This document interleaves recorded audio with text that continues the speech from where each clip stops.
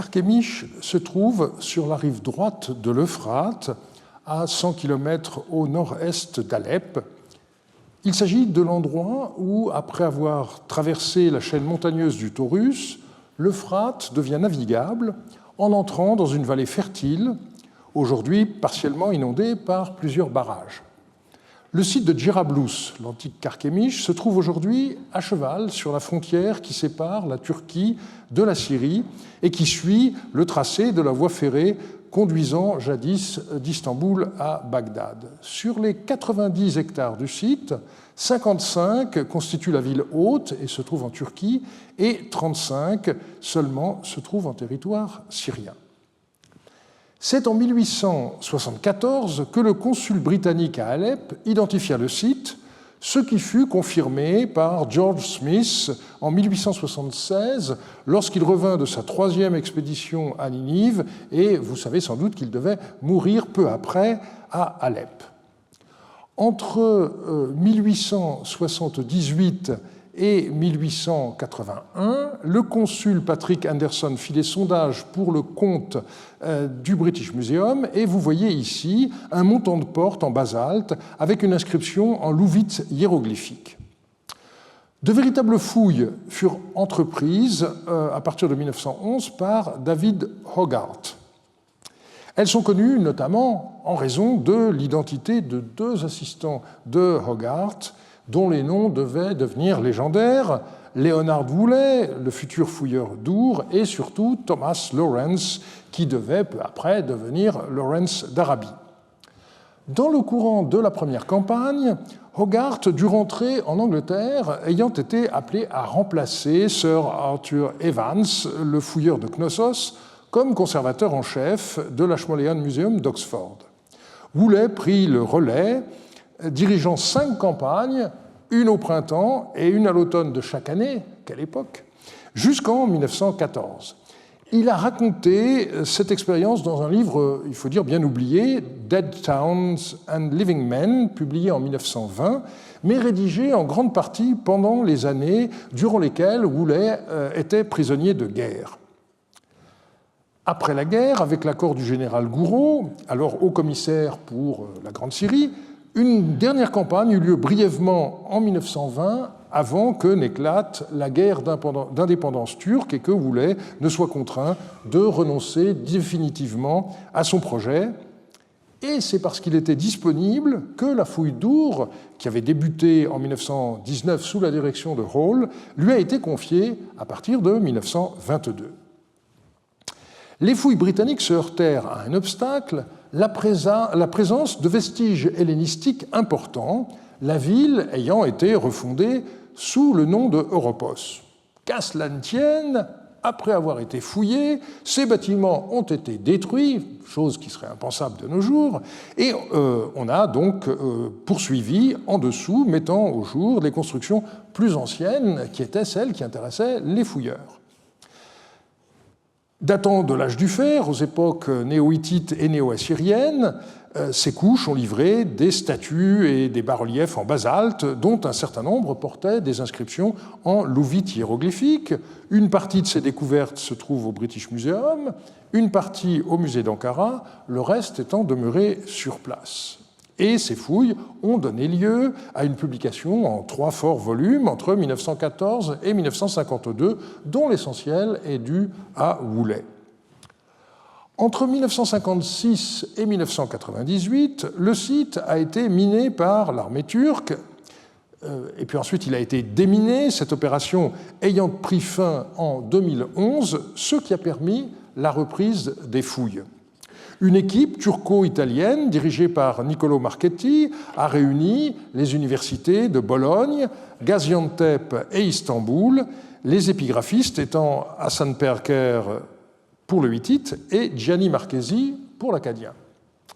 Pas moins de 8 campagnes ont eu lieu jusqu'en l'été 2019 et le site est désormais devenu un parc archéologique. Finalement, on est dans une situation qui n'est pas sans rappeler celle d'Alep. Le site est connu, en partie fouillé, mais on n'y a pratiquement rien trouvé qui remonte à l'époque du Bronze moyen, l'époque paléo-babylonienne, si vous préférez, à part un petit secteur de la zone du palais inférieur et un sondage en profondeur au chantier G. Et c'est donc de l'extérieur, et notamment de Marie, que proviennent les données textuelles qui vont nous livrer des informations. Alors on commencera par la présentation de la capitale et du premier roi connu à Plaranda, ainsi que de son entourage.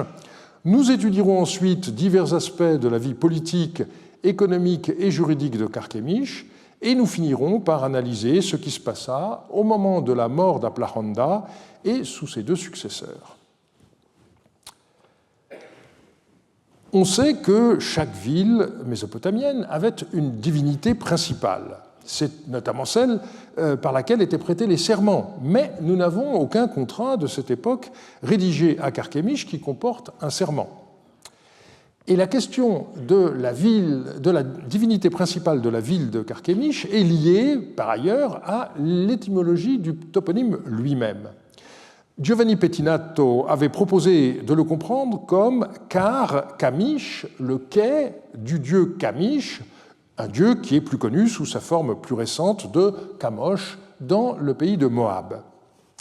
Récemment, Gianni Marchesi a remis cette étymologie en doute.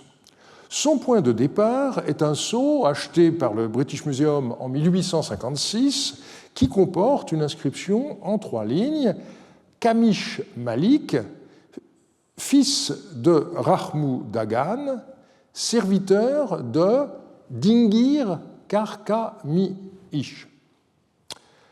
Alors, le nom du propriétaire ne pose pas de problème, il signifie le dieu Kamish est roi, et il est évidemment difficile de ne pas le mettre en rapport avec la dévotion qui figure à la ligne 3. Et du coup, la question est de savoir comment comprendre le nom divin de la ligne 3.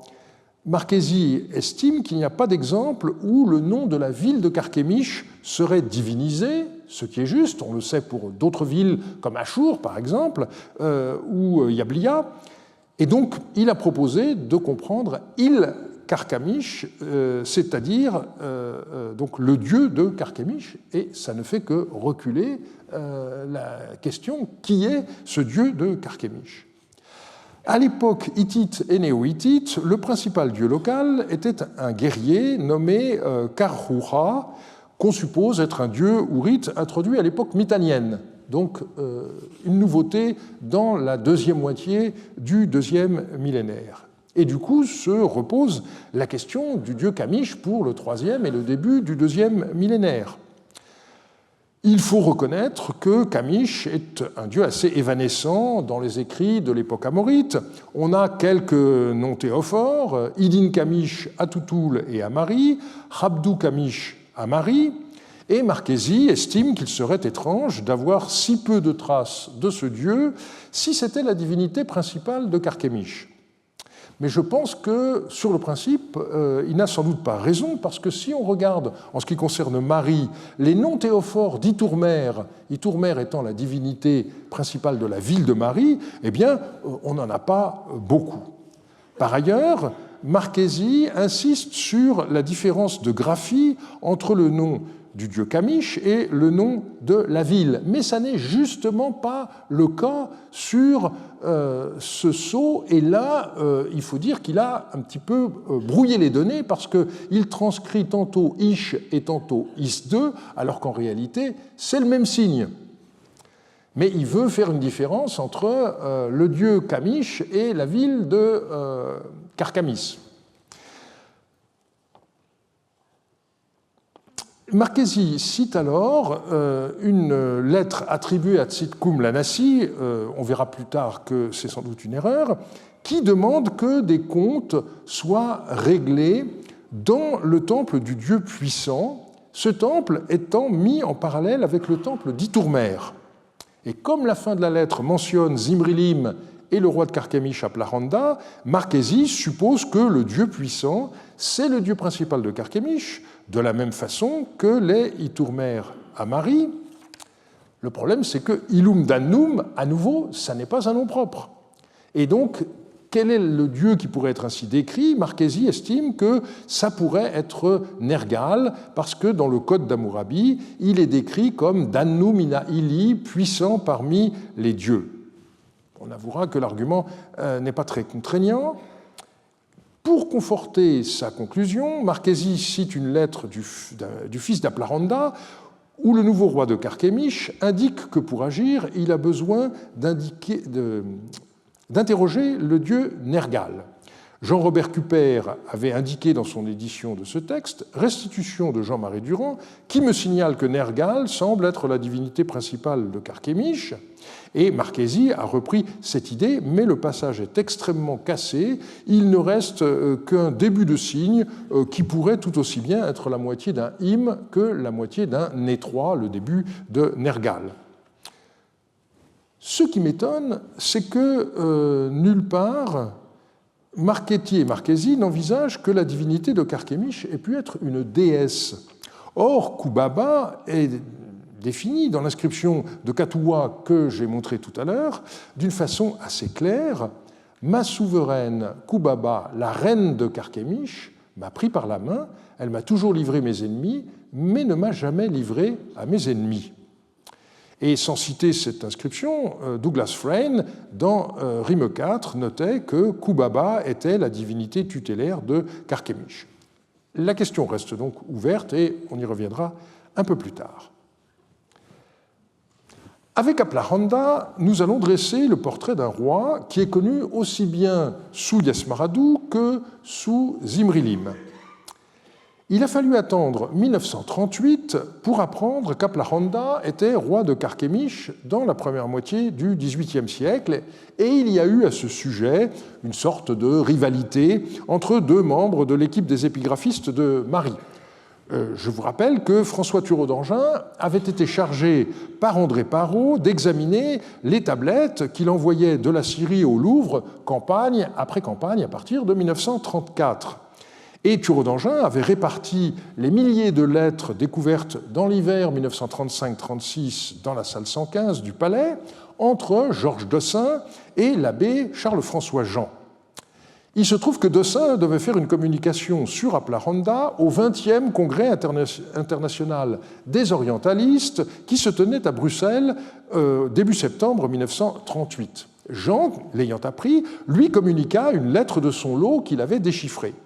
Et finalement, Dossin a publié sa communication dans la revue d'assyriologie que dirigeait Thureau d'Angin, et Jean publia à la suite un article d'une page consacré à l'édition de cette lettre. Aujourd'hui, c'est pas moins de 66 références à Aplaranda que l'on possède dans les textes de Marie publiés. On a beaucoup écrit sur l'étymologie du nom de ce roi. Je ne vais pas faire le florilège des erreurs, mais je vais aller immédiatement au résultat. Il faut comprendre ce nom comme Aplar-Anda, Anda, variante de Adda, étant une forme du nom du dieu Addu, comme l'a montré Jean-Marie Durand. Et on trouve aussi la graphie Apler-Handu. Et j'ajouterai à sa démonstration un argument supplémentaire, c'est le nom Aplar-Kubi, qu'on trouve dans un texte administratif et qu'on peut décomposer en Aplar plus Kubi, Aplar étant une forme du verbe palarum, craindre, vénérer, et Kubi étant une divinité. Dans la forme verbale, la voyelle fondamentale est généralement A, mais parfois colorée en E, donc on a Apler-Anda ou Apler-Andu, mais le plus souvent c'est Aplar-Anda. Et l'étymologie est confirmée par la graphie Aplar-Anda, récemment attestée dans deux lettres publiées par Jean-Marie Durand. Le nom signifie par conséquent « j'ai révélé Anda ou Andu », autrement dit Addu, le dieu de l'orage.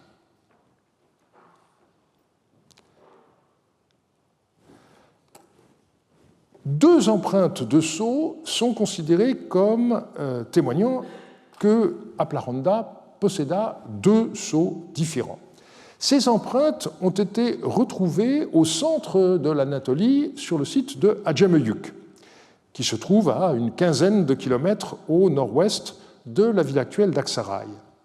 Ce site a été fouillé à partir de 1962, au départ sous la direction de Nimette Özgüç, et elle a notamment exhumé un grand palais où l'on a retrouvé notamment des empreintes de sceaux de Samsiadou lui-même, de Yardunlim, ou encore d'un individu connu comme métallurgiste à Mari. Et puis, on a trouvé des empreintes de deux sceaux de Aplaranda. Le premier, eh bien, on a une légende qui, curieusement, tient sur une seule ligne où on lit simplement Aplaranda. Tunja, suivi par Marchesi, a donc supposé que c'est un sceau qui avait appartenu au roi et non pas à un de ses serviteurs. Et une deuxième photo qui a été publiée par Dominique Colomb permet d'être sûr que le signe ne comportait pas d'autres signes cunéiformes. On a plusieurs empreintes de ce sceau, alors que le sceau numéro 2 n'est connu que par une seule empreinte sur une étiquette, et Marchesi a amélioré le déchiffrement de Tunja. À partir de cette photo, il a proposé de lire Aplerhanda, fils de Radni Handa, roi de Carchemish, et quand on regarde la copie et la photo, les restitutions sont tout à fait convaincantes. Mais il n'a pas remarqué que, du coup, Aplaranda est le fils de quelqu'un qui s'appelle Radni Handa, et ceci ressemble, avec une graphie différente, au nom du père biologique de Zimrilim, qui s'appelait Radni Addou. Alors, a priori, il s'agit d'un homonyme, mais cette ressemblance pose quand même question. On aimerait bien sûr savoir ce que contenaient les ballots auxquels ces étiquettes scellées étaient attachées et déterminer s'il s'agissait de présents diplomatiques ou de marchandises. Quoi qu'il en soit, en dehors de l'intérêt propre de ces légendes, ces étiquettes scellées témoignent d'échanges entre Mari, Carchemish et le cœur de l'Anatolie, et on reviendra bientôt sur cette question.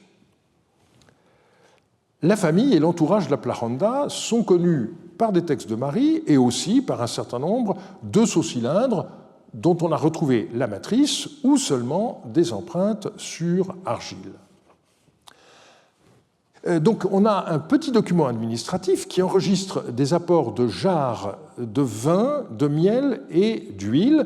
Jean Bottero, dans sa première édition, n'avait pas identifié correctement le deuxième nom et pas lu du tout le troisième, et c'est Hervé Reculot qui a collationné l'original au musée de Dérésor, qui l'a réédité, et la tablette a depuis été republiée, et on voit donc qu'on a des apports par Aplaranda, par une femme qui s'appelle Nabitsatoum, et par un individu qui s'appelle Tsitkoum Lanassi. Et vu ce qu'on sait des apports du même genre de la part de la cour d'Alep, Yarimlim, Gachera, Tabbalati, eh bien, il paraît à peu près certain que cette Nabitsatoum, qui suit Aplaranda, était l'épouse d'Aplaranda. Et Tsitkoum Lanassi, nous le verrons, était sans doute le Premier ministre, et c'est sa plus ancienne attestation.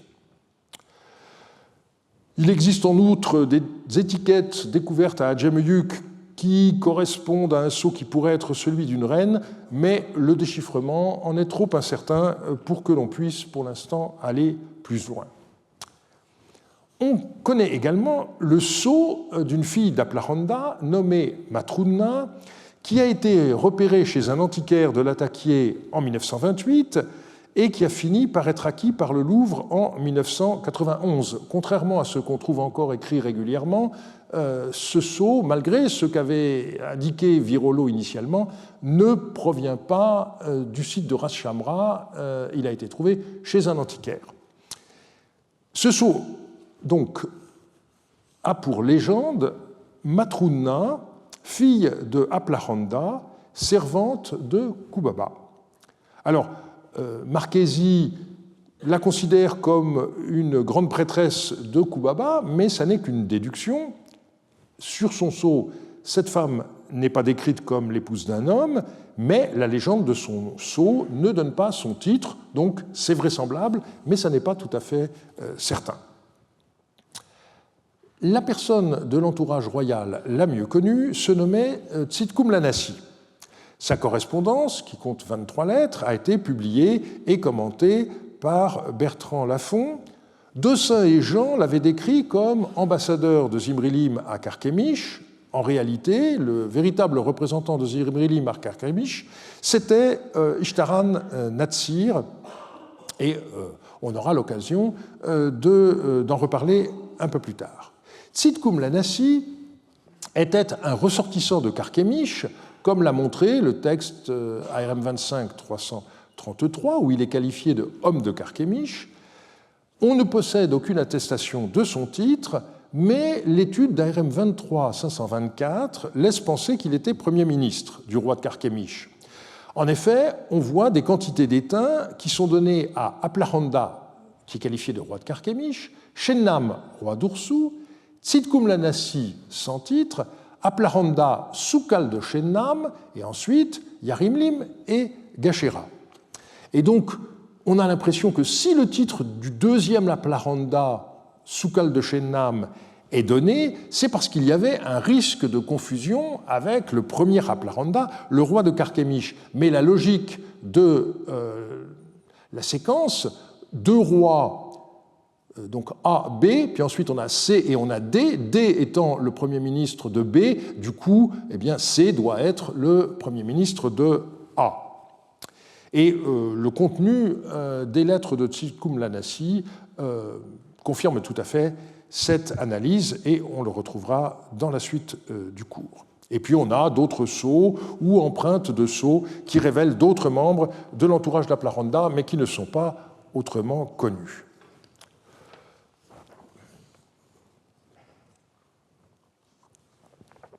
Le décor étant maintenant planté et les personnages mis en place, eh bien, il nous faut animer la scène et on va le faire en examinant successivement certains aspects de la vie politique, économique et juridique sous le règne d'Aplahanda, qui est de loin le souverain dont le règne a été le plus long. Alors, je ne rentrerai pas dans le détail de l'histoire politique, on a déjà eu l'occasion de rencontrer Carchemish antérieurement. Je vous indique simplement un certain nombre d'éléments bibliographiques et je passerai tout de suite à certains éléments qui datent de l'époque de Zimrilim. On a des textes administratifs qui montrent à la fois la proximité diplomatique d'Alep et de Carchemish, mais aussi la puissance plus importante de la première. C'est ce que révèle, par exemple, ce petit conte qui date de l'an 6 de Zimrilim et qui enregistre l'apport de 2 vases en argent qui pèsent au total 784 grammes par le roi d'Alep Yarimlim et un vase en argent qui ne pèse que 240 grammes par Aplehandou, donc Aplahanda, le roi de Carchemish. Par ailleurs, on sait que Carchemish a été invité à se joindre à la grande coalition qui a uni toute une série de royaumes, à commencer par ceux de Babylone et de Mari, au moment où les Élamites ont fait leur grande invasion, ce dont on a déjà parlé l'année dernière. Et Michael Guichard a publié une lettre très intéressante à cet égard. C'est pas A 10743, c'est M 10743, excusez-moi. Ce document se présente comme une lettre adressée à Aplahanda par Zimrilim.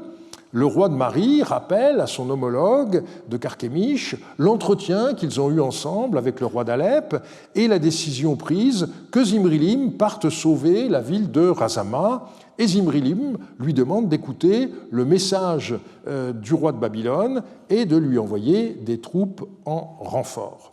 Alors cette lettre pose plusieurs problèmes. Le premier, c'est sa présence dans les archives du palais de Mari. Ça n'a rien d'unique. On connaît des cas de brouillons, de copies ou encore de lettres qui n'ont pas été envoyées à leur destinataire. Et Michael Guichard avait opté pour cette dernière catégorie, parlant d'un nouvel exemple de lettre du roi de Mari non postée. Mais beaucoup plus étrange, c'est le fait que cette lettre a été manifestement écrite par un scribe babylonien, ce que montre la graphie, le syllabaire et quelques éléments stylistiques. Et donc, Michael Guichard avait conclu que Zimri-Lim utilisa pour cette lettre les services d'un scribe babylonien. Pour écrire au roi de Carchemish, on est un peu étonné. Et le phénomène serait sans parallèle. Toutes les lettres babyloniennes qu'on a retrouvées dans le palais de Marie sont soit adressées à Zimri-Lim, soit adressées à des Babyloniens en résidence dans le royaume de Marie. Et il m'a donc semblé qu'une autre explication était possible. Il n'est pas rare, en effet, qu'un roi ou un proche d'un roi suggère à son souverain les termes de la lettre qu'il souhaite lui voir envoyer à un autre monarque. Mais dans tous les cas connus jusqu'à présent, la lettre suggérée au roi, elle est incorporée à une lettre qui lui est envoyée. On aurait ici un cas un peu différent. Hammurabi aurait envoyé à Zimri-Lim séparément le texte de la lettre qu'il souhaitait que le roi de Marie fasse recopier par son scribe et envoyer à Aplaranda. Alors, cette interprétation est confortée par deux indices. Le fait qu'il soit question d'aller sauver Razama, qui est exactement l'expression qu'on trouve dans les lettres d'Hammurabi de Babylone lui-même, que l'on connaît à propos de ces événements, et surtout, on voit que par deux fois, Zimri-Lim est censé conseiller à Aplaranda de bien faire attention aux paroles d'Hammurabi. Et celui-ci ne peut être que le roi de Babylone parce que, au moment de la rédaction de cette lettre, Yarim-Lim était encore sur le trône d'Alep. Donc clairement, Hammurabi de Babylone souhaitait que Zimri-Lim serve d'intermédiaire entre lui-même et le roi de Carchemish pour que ce dernier envoie des troupes et obtienne que les autres alliés, au premier rang desquels Yarim-Lim d'Alep, fassent de même. Donc tout ça pour repousser l'invasion élamite.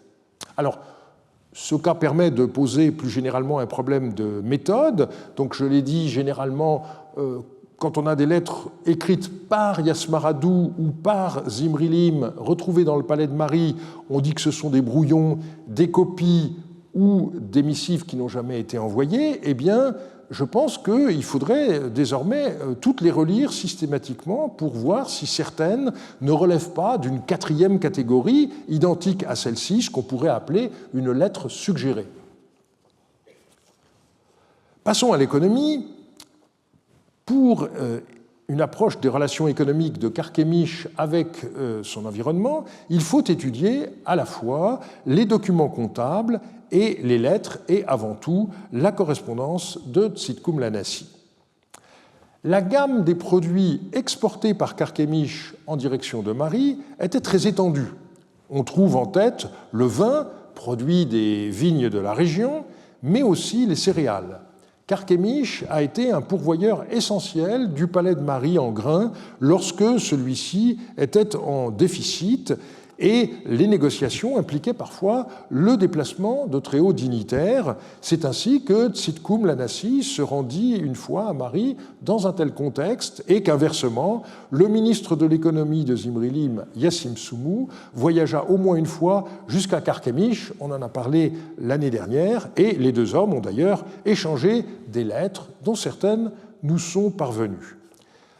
Marie dépendait aussi de Carchemish pour des matières premières essentielles comme le bois et les minerais. Un petit conte de l'année 6 de Zimri-Lim enregistre 7 talents de cuivre de montagne qui ont été achetés à Tsitkhoum-Lanassi, homme de Carchemish, donc une quantité considérable. Un talent, c'est 30 kilos. Et la précision cuivre de montagne indique qu'il s'agit de cuivre venu des montagnes d'Anatolie, au contraire du cuivre originaire de l'île de Chypre, qui est également attesté à Marie. Un élément remarquable est constitué par les chevaux. On sait que Zimri-Lim en était friand, et une lettre acéphale, mais qui émane sans doute de Tsitkhoum-Lanassi, reproduit un dialogue avec le roi Aplaranda. Donc c'est une lettre adressée à Zimri-Lim. Autre affaire, je lui ai parlé des chevaux blancs, écrit Tsitkhoum-Lanassi à Zimri-Lim, et il, c'est-à-dire Aplaranda, m'a répondu « Il n'y a pas de chevaux blancs d'attelage pour chars, je vais écrire pour qu'on amène des chevaux blancs de là où il y en a, mais en attendant, je vais lui faire conduire des chevaux bais harsamnites. Voilà ce qu'il a déclaré, et pour l'heure, ce sont bien des chevaux bais, et puis malheureusement, ça se casse. Donc l'origine de ces chevaux blancs, c'était la ville de Harsamna, qu'on sait à peu près située en Anatolie, et c'est une mention qui avait été relevée dès 1938 par Dossin. Ces produits étaient en principe soumis à une taxe douanière, le mixum, dont nous avons parlé la semaine dernière, et une lettre de Tzidkoum Lanassi à son ami Askoudoum, le dignitaire mariotte, demande que ces bateaux en soient exemptés. On a déjà vu ce genre de demande la fois dernière. Malgré l'absence de documentation découverte sur place, quelques aspects de la vie juridique à Carchemish peuvent être esquissés grâce à des textes découverts à Mari. Le premier point concerne un procès relatif à Askoudoum. Dans les archives de Mari, la majorité des attestations d'Askoudoum concernent le devin qui était devenu, sous Imrilim, un des plus hauts dignitaires du royaume, comme on l'a vu l'an dernier. Mais il existe aussi des références à un Askoudoum qui conduit des affaires commerciales. En 1988, Jean-Marie Durand, publiant la correspondance d'Askoudoum, avait préféré dissocier l'Askoudoum devin et l'Askoudoum marchand. Mais dans son étude de 2010, il est revenu sur cette distinction, préférant considérer que c'était le notable qui avait aussi des activités marchandes. Dans l'adresse de la lettre qui nous fait connaître le procès que nous allons étudier maintenant, le nom de l'expéditeur a disparu, mais celui du destinataire a subsisté, à Monseigneur Zimrilim, et cette formule montre que l'auteur de la lettre est un étranger au royaume de Mari. Les sujets du roi de Mari écrivent toujours simplement « à Monseigneur », sans préciser le nom du roi. Et pour bien comprendre cette affaire, eh bien, il faut commencer par lire la fin de la lettre. La voici. Alors qu'il y avait de nombreuses affaires contre lui, c'est-à-dire Askoudoum, je n'en avais parlé à personne, écrit l'auteur de la lettre. Mais lui, c'est-à-dire Askoudoum, a répété des propos hostiles à mon encontre. Il a exposé ses affaires par devant Monseigneur Zimrilim et Aplahanda, que Monseigneur voit comme il est inamical et quelles sont ses fautes. Donc on voit que l'auteur de la lettre reproche à son adversaire d'avoir tenu les rois Zimrilim et Aplahanda au courant de leurs différends, alors que lui-même avait préféré jusqu'alors rester discret. Donc clairement, il s'agit d'un procès qui oppose Askoudoum, ressortissant mariotte, à quelqu'un qui se trouve à Carchemish, puisque Aplahanda est mentionné. Alors maintenant, on peut revenir au début de la lettre. Dis à Monseigneur Zimrilim, ainsi parle un tel, ton serviteur. Monseigneur m'a écrit au sujet d'Askoudoum en ces termes. Selon ce que tu m'as écrit, l'histoire entre vous est grave. Il ne faut pas qu'il y ait d'histoire entre vous.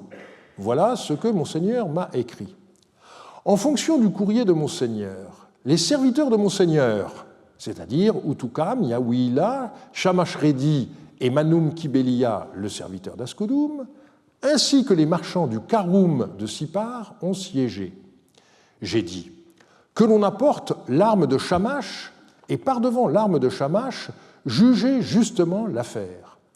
Ayant siégé, ils ont établi que l'individu dont je m'étais saisi était mon serviteur et mon assistant Shamalloum, et ils ont établi que je n'avais rien pris appartenant à Askoudoum.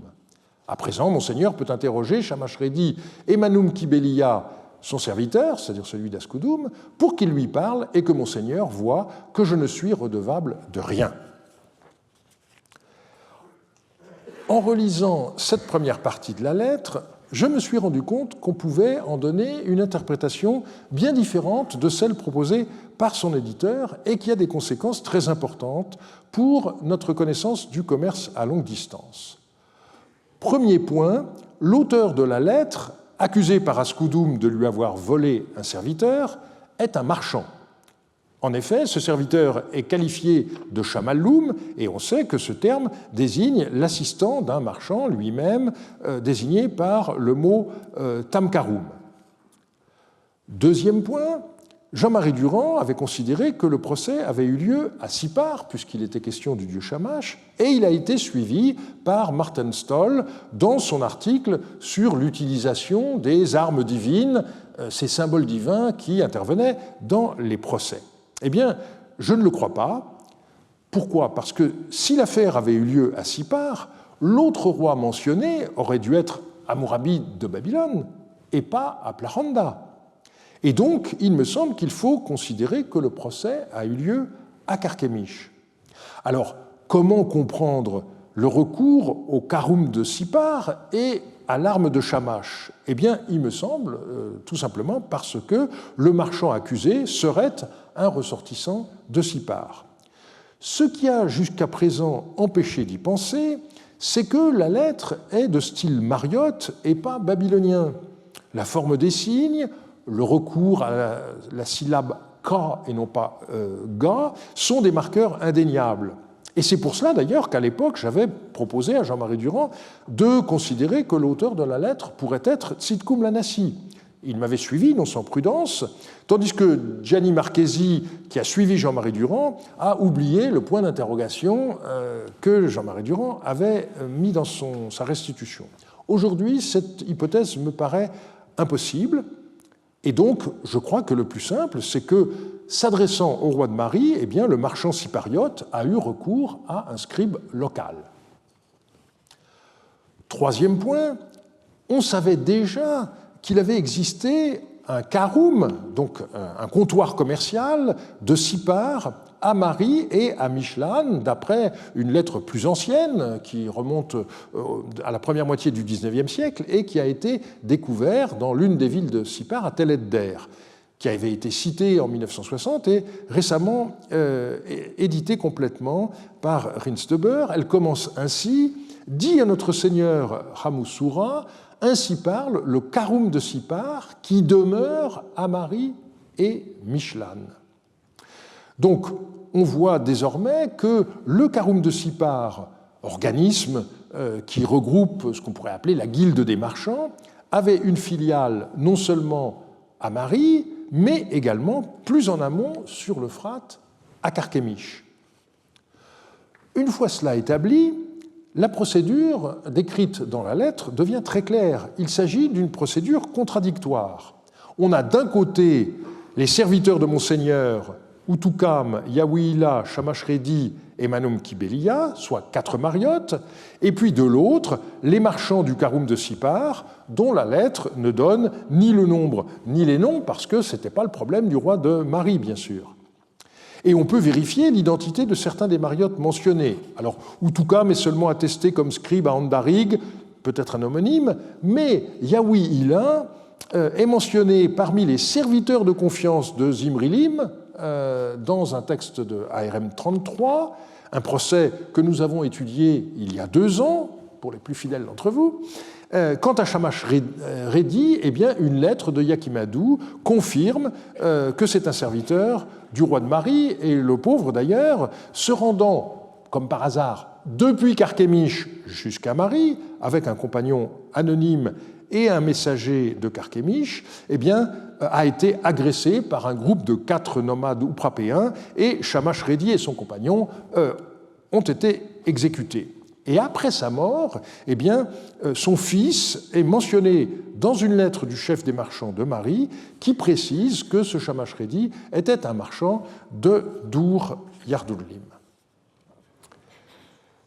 Mais on peut et on doit aller plus loin en dressant un parallèle avec les procès connus par les archives des marchands assyriens, dont le comptoir Karoum était installé à Kanesh, au cœur de l'Anatolie. Et je rappellerai ici l'appel lancé par Klaas Venhoff il y a une 12aine d'années pour développer l'étude comparée des domaines paléo-babyloniens et paléo-assyriens. On sait que les affaires des marchands assyriens étaient réglées à Kanesh, je cite, devant le poignard d'Achour, autrement dit, devant l'arme du dieu de leur capitale. Et Thomas Hertel a montré qu'il en allait de même dans tous les Karums, et en particulier dans celui de Urshum. Eh bien, dans notre cas, de la même façon, le procès à Carchemish doit être réglé devant l'arme du dieu de Sipar, c'est-à-dire Shamash. Et il est vraisemblable que les témoignages ont été effectués en présence de l'arme du dieu, qui pouvait par la suite s'en prendre à celui qui n'aurait pas dit la vérité. Gianni Marchesi, commentant l'absence totale de référence à Carchemish dans les archives des marchands paléo-assyriens, avait rappelé l'existence dans un traité d'une clause interdisant à un prince anatolien de laisser des Akkadiens entrer dans son territoire. Manifestement, les Assyriens qui imposent ce traité souhaitaient conserver le monopole du commerce. Et Marchesi ajoutait les Akkadiens étaient vraisemblablement des marchands de Mésopotamie du Sud, remontant l'Euphrate jusqu'à Carchemish et au-delà, à la recherche de matières premières. Eh bien, qui étaient ces marchands? L'évidence était sous ses yeux, mais comme notre texte n'avait pas jusqu'à présent été compris correctement, on n'avait pas vu qu'il montrait l'existence d'un comptoir commercial, d'un Karoum, des marchands de Sipar installés à Carchemish, plaque tournante du commerce entre la Mésopotamie centrale et l'Anatolie. Autrement dit, le commerce cappadocien peut désormais être vu comme ayant deux branches. J'y reviendrai dans la conclusion. On a par ailleurs un texte publié par Georges Boyer, qui a été réédité par Jean-Marie Durand, qui est une créance d'une demi-mine d'argent d'un certain Yataroum sur Yakimadou, en contrepartie des 15 cycles d'argent qui ont été versés pour son rachat à Carchemish. Et cette somme est à rembourser en argent au Karoum de Nihadum ou en nature sous forme de 5 jarres de vin par cycle d'argent. Ce qui est intéressant, c'est que ce texte a été rédigé à Carchemish. On ne sait pas très bien pourquoi il est arrivé dans le palais de Marie, mais on voit son caractère mixte parce que le mois, c'est le mois de Adnatum, qui n'appartient pas au calendrier mariote et qui doit donc être un mois du calendrier de Carchemish, alors que le nom d'année, c'est la formule de l'an 4 de Zimrilim. Donc voilà qui est intéressant comme témoignage. Après cette vision structurelle de la politique, de l'économie et du droit, retour au temps court, nous allons voir ce que nous savons de la fin de vie d'Aplaranda et du règne de ses successeurs. Aplaranda semble avoir été en mauvaise santé à la fin de sa vie, avant de finir par décéder. Et on a un dossier qui est assez riche. On voit d'abord Shunura Ralu, le secrétaire de Zimrilim, lors d'une mission à Alep auprès du roi Hammurabi, informer Zimrilim au sujet de la maladie d'Aplaranda, dont j'avais entretenu mon seigneur. Hammurabi a envoyé Yataramum. Il est allé jusqu'à Dur-Sumwepur, mais comme Aplaranda s'était remis, il s'est mis en route pour retourner vers Alep. Monseigneur est informé. Donc ce Yataramum doit être un médecin alépin et le passage a été exploité pour la localisation de la ville de Dur-Sumwepur qui se trouvait manifestement sur la route entre Alep et Carchemish. Malade en sursis, Aplaranda a développé une dévotion particulière envers le dieu du monde infernal Nergal, comme le montrent 2 lettres d'Ishtaran-Natsir à Zimrilim, qui ont été publiées par Nele Ziegler. Je me limiterai à lire la seconde. « Dis à mon seigneur, ainsi parle Ishtaran-Natsir, ton serviteur. J'ai parlé à Aplaranda des musiciens Gersekoum pour lesquels mon seigneur m'a envoyé. Comme je l'avais déjà écrit à mon seigneur auparavant, c'est FM 99, il ne fait que vouer des musiciens à Nergal. Il a dit « Si jamais le musicien Gersekoum, à propos duquel Zimrilim m'a écrit, existe, mais que je le retiens, que ce dieu mette à l'épreuve Aplaranda. Voilà ce qu'il m'a répondu. Et moi je lui ai répondu « Puisque le désir pour lequel mon seigneur m'a envoyé n'est pas réalisable, je dois partir. Mais que répondrai-je donc à mon seigneur? Voilà ce que je lui ai dit, mais il ne m'a pas donné d'instruction en retour. » Alors, en commentant ce dossier, Nele-Ziegler avait noté « Il est vraisemblable que, sentant sa mort prochaine, Aplaranda crut préférable de se propitier le dieu des enfers plutôt que son voisin Mariotte. » Cette attitude pourrait paraître extraordinaire. En réalité, elle n'a rien d'exceptionnel.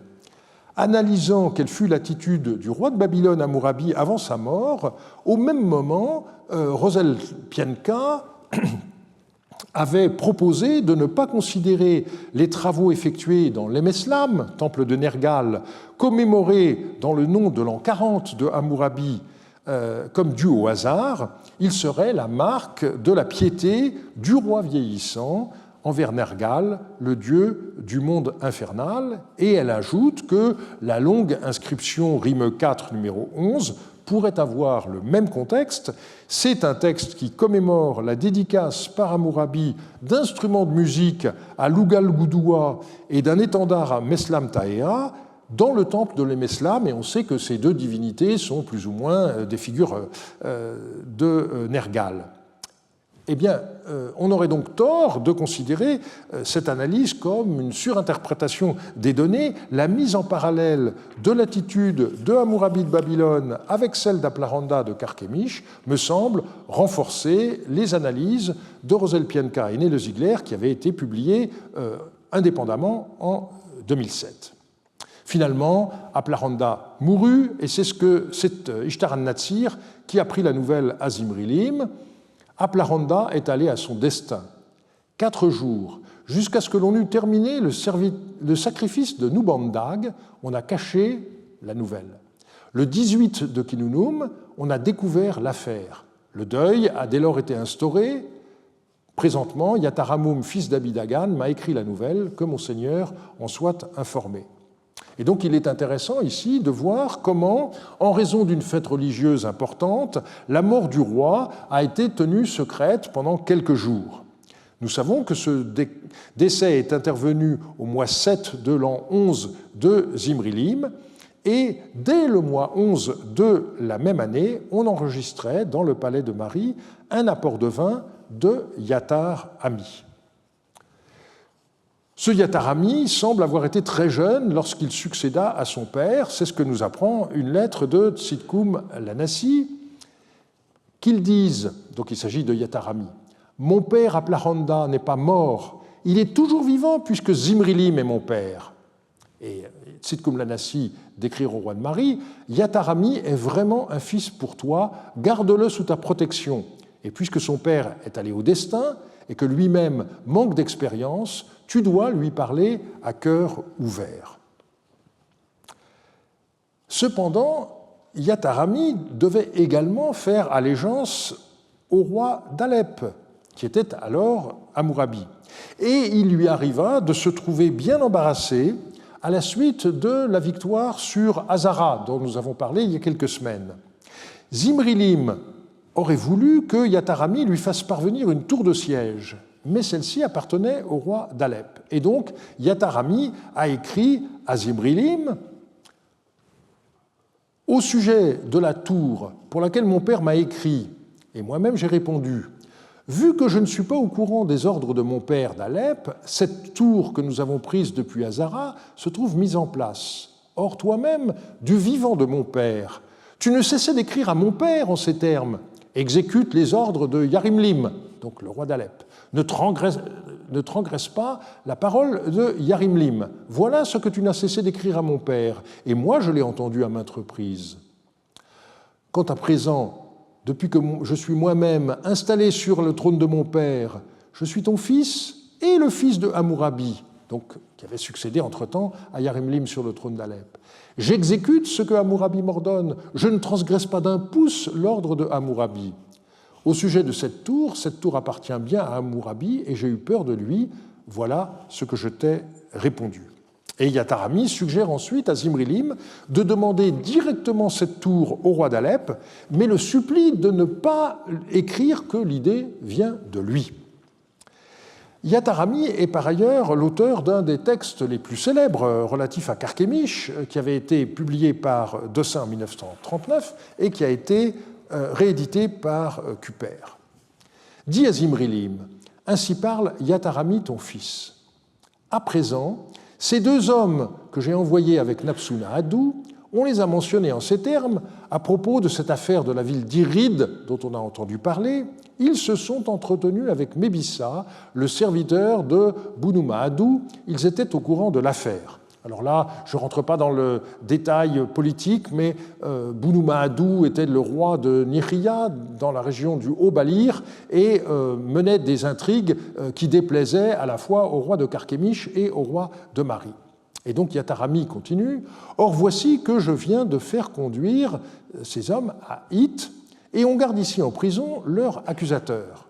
Ces hommes, qu'un de tes serviteurs de confiance les conduise à Hit avec Napsuna-Addu.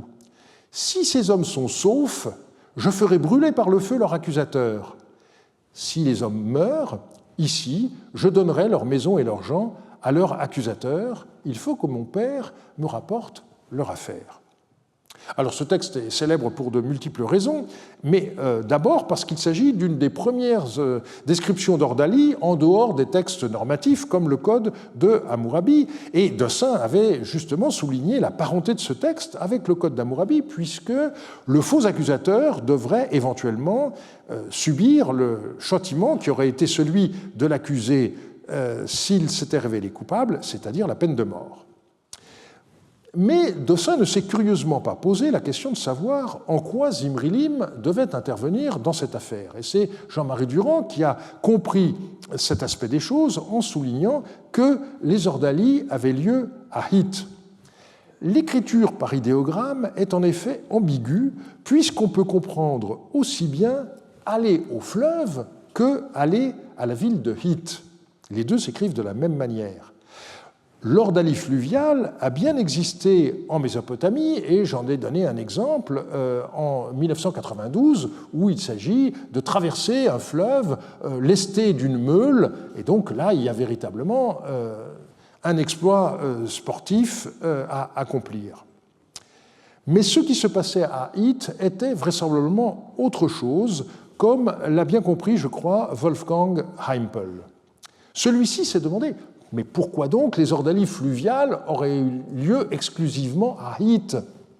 Eh bien, ce que Hit, si c'était agi d'une simple épreuve de natation, on aurait pu le faire n'importe où. Ce qui est particulier à Hit, c'est l'existence de puits de bitume. Les personnes soumises à l'ordalie devaient plonger dans un puits de bitume qui était à assez forte température et également qui s'accompagnait d'émanations de gaz toxiques. Donc si la personne qui avait plongé remontait, eh bien, c'est que le dieu l'avait reconnue comme innocente, et donc la personne avait gagné. Et cette présence de gaz toxiques et de chaleur, ça permet de comprendre pourquoi, dans la lettre de Yatarami, l'accusateur serait éventuellement soumis au châtiment par le feu, qui par ailleurs est extrêmement rare. On passe maintenant rapidement au règne de Yardunlim. Donc on a vu qu'au mois 11 de l'année 11 de Zimrilim, Yatarami avait succédé à Aplaranda, mais dès le mois 6 de l'année suivante, Yardunlim est mentionné dans un envoi de cadeaux. Autrement dit, le règne de Yatarami a duré moins d'un an. Et à la suite de Yardunlim figure le nom de Tzidkum Lanassi. Donc on voit que celui-ci a continué d'exercer sa charge de Premier ministre, ce qui est un indéniable signe de continuité. On possède un fragment de statue de Yardunlim qui avait été découvert par la mission britannique et Marchesi en a collationné l'inscription au musée d'Ankara en 2013 et il a réussi à lire Yardunlim, fils de Bin Ami, roi de Carchemish. On a un autre fragment qui pourrait appartenir à la même statue et où il y a simplement les restes d'une formule de malédiction que le dieu Addu détruise son nom. Eh bien, cette statue semble montrer que, contrairement à ce qu'on avait cru, Yardunlim n'était pas un fils de Aplaranda, donc un frère cadet de Yatar Ami. Et ceci oblige à reconsidérer le contenu de ARM 27162. C'est une lettre écrite par le général Zimriadou, dont on a parlé l'année dernière, depuis Larsa, et qui raconte la réaction du roi de Babylone, Hammurabi, face à une demande de chanteuse qui lui parvint depuis Carchemish. Jean-Marie Durand et moi-même avions proposé des restitutions différentes de celles de Maurice Biraud, et nous avions interprété le passage assez cassé comme montrant que le règne de Yatarami avait été très court du fait qu'il aurait été assassiné par son frère. Pour Marchesi, cette interprétation n'est pas possible si l'on admet que le Yardunlim de la statue, fils de Bin-Ammi, est le même que le Yardunlim de Carchemish, connu par les textes de Marie. Et donc, il a remis en cause notre interprétation, et je suis assez convaincu par ce qu'il a écrit. Et donc, si l'on intègre ces remarques, la nouvelle traduction du passage est la suivante. Un messager du fils d'Aplahanda, le sire de Carchemish, est arrivé ici, et il a réclamé des musiciennes. Hammurabi a répondu ceci. « C'est de musiciennes qu'il est en manque ? Ce n'est pas un gentilhomme. Pourquoi a-t-il souillé sa main de sang ?»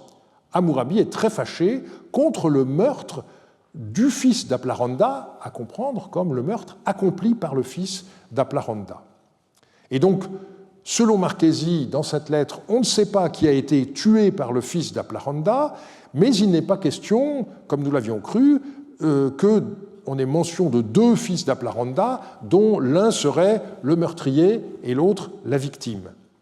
Et puisqu'il considère que Yardunlim est le fils de Bin-Ammi, le fils d'Aplahanda dont il est ici question ne peut être que Yatar-Ammi, mais on n'en sait pas plus sur ce meurtre. Revenons à Yardunlim, le dernier roi connu par les archives de Marie. Eh bien, on y a retrouvé 3 lettres écrites à Zimrilim, et la plus ancienne montre que son avènement a été accompagné, selon la tradition, par la proclamation d'une Andurarum. Et on a la chance d'en être informé parce qu'elle a concerné directement le roi de Marie. Dis à Zimrilim, ainsi parle Yardunlim ton fils. Tu m'as écrit en ces termes à propos de l'Andurarum dont tu as eu connaissance. Fais-moi conduire 20 ou 30 domestiques. De mon côté, après l'Andurarum, je te ferai conduire des esclaves en remplacement pour eux. Voilà ce que tu m'as écrit. Pour instituer l'Andurarum, par crainte de, et là c'est le fameux passage où on pourrait lire le début du nom du dieu Nergal, et puis malheureusement la suite est très lacunaire. Donc voilà la lettre convoquée par Marchesi pour déterminer quelle était la divinité principale de Carchemish. Alors je vous rappelle d'abord que la lecture même du début du nom du dieu Nergal n'est pas sûre, mais même à supposer que cette lecture soit la bonne, la mention de Nergal en lien avec l'Andurarum qui clôturait la période de deuil après la mort du roi, comme je l'ai montré dans un article il y a 25 ans, eh bien, ça ne montre absolument pas que Nergal était la divinité principale de Carchemish. Le dieu pourrait parfaitement figurer ici en tant que divinité du monde des morts, et c'est à la fin du deuil donc, que l'Andurarum est proclamé avec l'abolition des dettes et le retour des personnes prisonnières, etc. Alors, pour conclure, je ne mettrai l'accent que sur un des éléments du dossier qu'on a examiné aujourd'hui, qui a trait aux réseaux commerciaux. Jusqu'à présent, on pensait qu'il n'existait qu'une branche qui partait d'Assur sur le Tigre et qui ensuite irriguait toute l'Anatolie. Eh bien, il me semble que désormais, nous devons ajouter une branche plus au sud qui partait de Sippar, qui remontait l'Euphrate via Mari, Imar et Carchemish, et on aura l'occasion d'en reparler lors du dernier cours consacré à Ashur et Ekallatum. Et donc, pour terminer, eh bien, je rappellerai qu'une des devises du Collège de France empruntée à Ernest Renan, c'est « enseigner la recherche en train de se faire ». Alors, en général, on comprend que le professeur fait ses recherches et puis il vient les exposer devant le public sans délai. Mais ça fonctionne aussi dans l'autre sens. La découverte que je vous ai exposée tout à l'heure à propos du Karoum de Sipar installé à Carchemish, je l'ai faite samedi en terminant de préparer le cours d'aujourd'hui. Et donc, c'est l'obligation d'enseigner qui m'a conduit à un approfondissement qui a abouti à cette nouvelle découverte. J'ai été très heureux de partager avec vous celle que j'ai pu faire à propos de Carchemish, et je vous donne rendez-vous lundi prochain pour de nouvelles aventures en Haute-Mésopotamie.